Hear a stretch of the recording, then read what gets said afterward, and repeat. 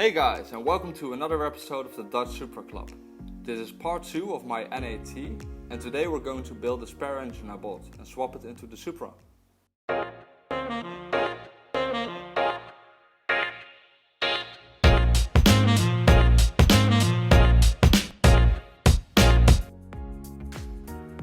So first of all, I got a great deal on a used 2JZ GE engine, and I drove across the country to pick it up.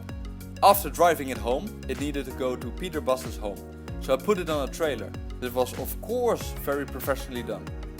After strapping it down securely, it went all the way to Amersfoort, and we started stripping the engine. The head was sent off to be resurfaced, and in the meanwhile we cleaned the engine and replaced all the gaskets and sealants. We used some gasket cleaner to get all the little notches clean. We started to surface the mating part of the head with some fine wet sandpaper and installed the Victor Rhein's twin turbo head gasket and ARP hardware. Once done, we picked up the head and reinstalled it. The shims were checked and replaced on the cam buckets.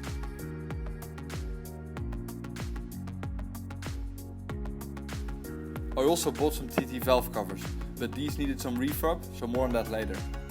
After installing a new water pump kit, resealing the oil pump and a new oil filter, we started on the rear main seal. This one was replaced and resealed as well. We drilled a hole in the oil pan and used some threads to put the oil return flange in place. After installing the oil pickup and resealing the oil pan, it was time for me to go work on the exhaust.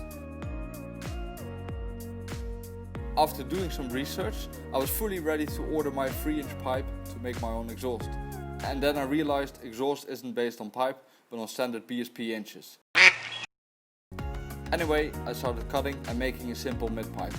The rest was already 3-inch, so I didn't have to worry about that. Once I welded the V-bands on, I could drive it to my friend Pieter to swap the engine. Luckily, some other friends also came over to help us with the swap. It was a nice but very tedious process.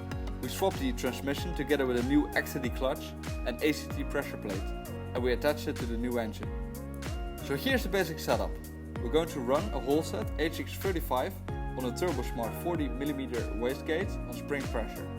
Intake and exhaust are both custom, and to finish it off I bought a HKS sequential blow-off valve.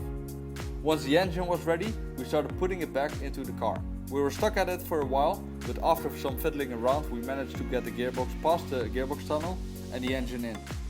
That day we worked from 9 AM to 5 AM. It was absolutely crazy, but was it worth it?